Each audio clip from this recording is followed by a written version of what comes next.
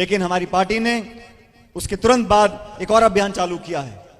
26 तारीख से हाथ जोड़ो अभियान, गांव में, तहसील में, पंचायत में, ब्लॉक में, जिले में, सब जगह ये संदेश जाएगा एकजुटता का, प्यार का, मोहब्बत का, और उन सब ताकतों को हराना पड़ेगा जो भाई को भाई से लड़ाने का काम करते हैं।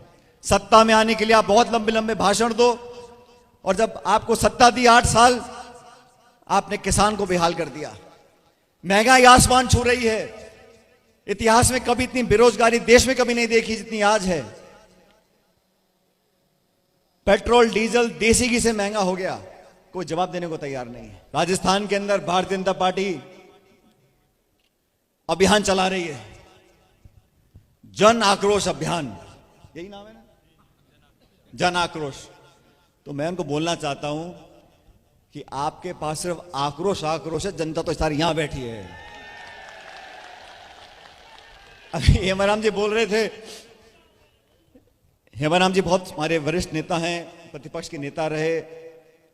जब 2018 के चुनाव थे तो मैं इनके घर जोधपुर गया और इन्होंने चुनाव लड़ने से मना कर दिया था। मैं प्रदेश अध्यक्ष था, मुझे एक एक सीट जीतनी बहुत जरूरी थी, और मैं चाहता था कि हमारी पार्टी कांग्रेस के सिंबल पे हमारा एक अप्रत्याशित बहुमत आए। इसलिए मैंने उनसे आग्रह किया, मैंने कहा हेमाराम जी, इनके परिवार में बहुत सारी घटनाएं घटी, दुखी थे, लेकिन मैंने उनको आग्रह किया। मैंने कहा यहाँ पूरे जिले बाड़मेर में मैंने सबसे बात कर ली है, आपके अलावा कोई सीट निकालेगा नहीं, आप लड़ोगे तो 10-5 हमारे और साथी जीत कर जाएंगे।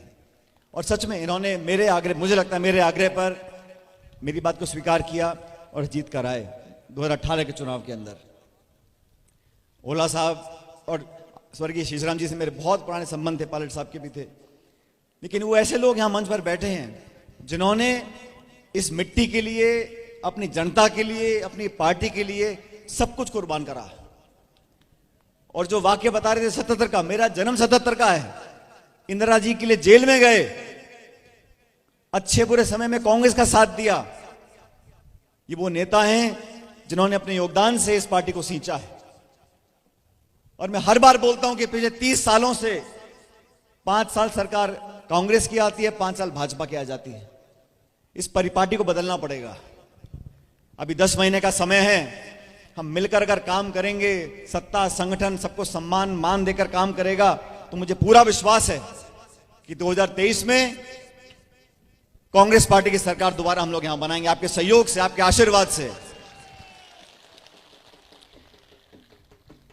जिन 5 सालों का आप जिक्र कर रहे थे, ओला साहब ने भी बोला, हेमाराम जी ने भी बोला, हमारी पार्टी के मात्र 21 विधायक रह गए थे 200 में से 2013 के चुनाव के अंदर, और 2 मंत्री जीते थे मेरे ख्याल, एक तो ओला साहब जीते थे और एक मालवीय जी जीते थे। हमारी पूरी कैबिनेट हार गई थी। उस विपरीत परिस्थिति में मुझे सोनिया जी, राहुल गांधी जी ने कांग्रेस पार्टी का अध्यक्ष बनाकर भेजा। मैं दूसरे टाइम दिल्ली में केंद्र का मंत्री था, तो बहुत लोगों ने मुझे कहा यह काम अभी फायदे का नहीं है, यहां कांग्रेस का सुपड़ा साफ हो चुका है, 21 पे रह गई है, और देश जब से आजाद हुआ है तब से आज तक कभी 21 पे हम नहीं रहे।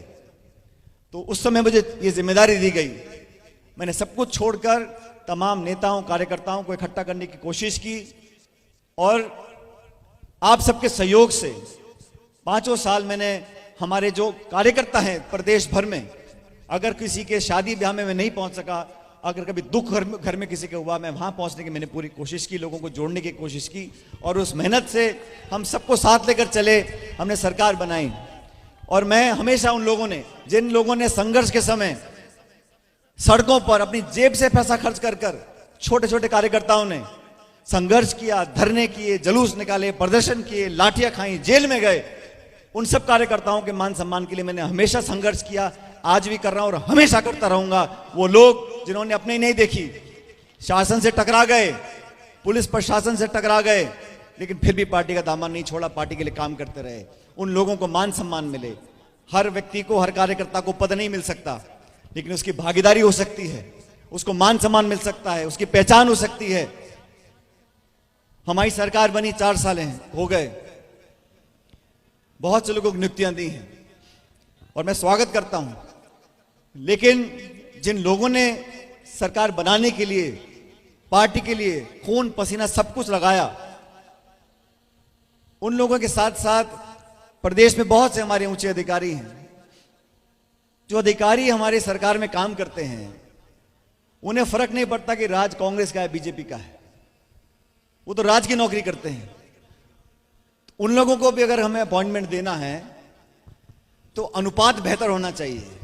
जो कांग्रेस का वर्कर है, चाहे मेरा समर्थक हो, ओला जी का हो, हेमराम जी, किसी का भी हो, कांग्रेस का अगर वर्कर होगा, कांग्रेस के लिए सच्चाई से काम किया होगा, उसको कोई पद पोस्ट दें, उसका हम सब स्वागत करेंगे।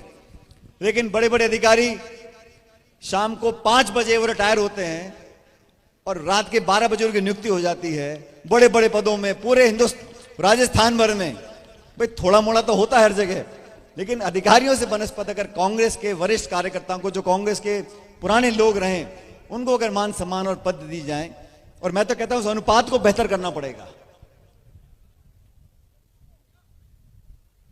किसानों के लिए हम सब यहां इकट्ठे हुए हैं और इतनी बड़ी तादाद में आप लोग यहां आज इस सम्मेलन में आए हो। मैं आपसे इतना ही निवेदन करना चाहता हूं कि इस सम्मेलन से एक संदेश भी जाना चाहिए। हम लोगों ने अपनी बात रखी, लेकिन एक आवाज यहां से निकलनी चाहिए। जो दिल्ली में बैठे लोग हैं और बदकिस्मती से केंद्र में जो लोग बैठे हैं, उनमें से कोई ऐसा नहीं जिसने कभी किसान के साथ कोई संबंध रखा हो। राजनीति करते हैं, किसान की दर्द और पीड़ा को समझने वाला, उनके बारे में बोलने वाला वहां दिल्ली में कोई नहीं बैठा। इसलिए मैं चाहता हूं, मैं एक प्रस्ताव पारित करना चाहता हूं सम्मेलन में, और प्रस्ताव इस प्रकार है कि तीनों काले कानून लेने के बाद यह आश्वासन दिया गया था कि एमएसपी पर एक ऐसा प्रावधान लेकर आएंगे, एक ऐसा कानून लेकर आएंगे कि वो एमएसपी पर खरीद हो।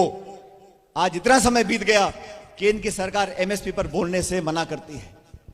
तो मैं चाहता हूं इस किसान सम्मेलन से केंद्र की सरकार को एक प्रस्ताव भेजा जाए कि बहुत जल्द आप एमएसपी पर कानून बनाएं, ताकि किसान को दर दर भटकना ना पड़े और एमएसपी पर खरीद हो, ताकि किसान के हाथ में कुछ पैसा आए, अपने बाल बच्चों को पाल सके।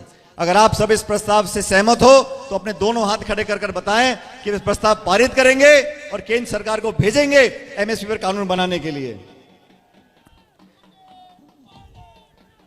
अब साथियों,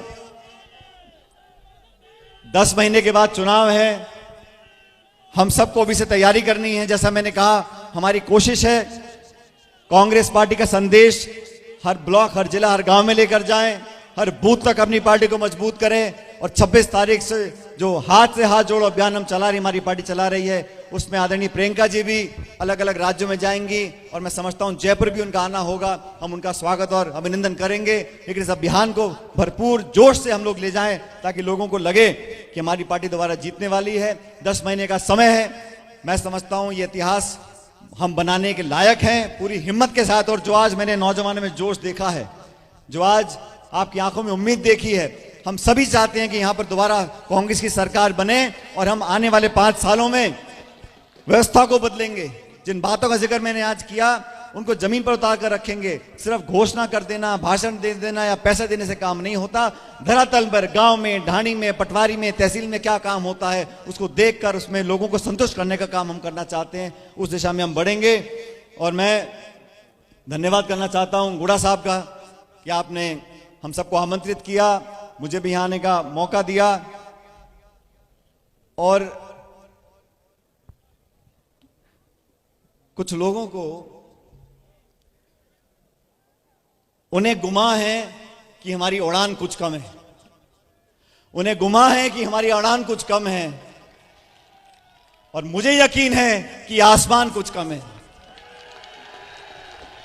36 कौम के लोगों के साथ मिलकर एक बेहतर राजस्थान बनाना है। सरकार दोबारा हम लोग बनाएंगे, लेकिन मैं आपके साथ एक नारा लगाऊंगा ताकि जो प्रस्ताव हमने पारित किया है उसकी गूंज दिल्ली तक सुनाई दे। जोरदार नारा देना, जय जवान, जय जवान। ये आखिरी नारा है।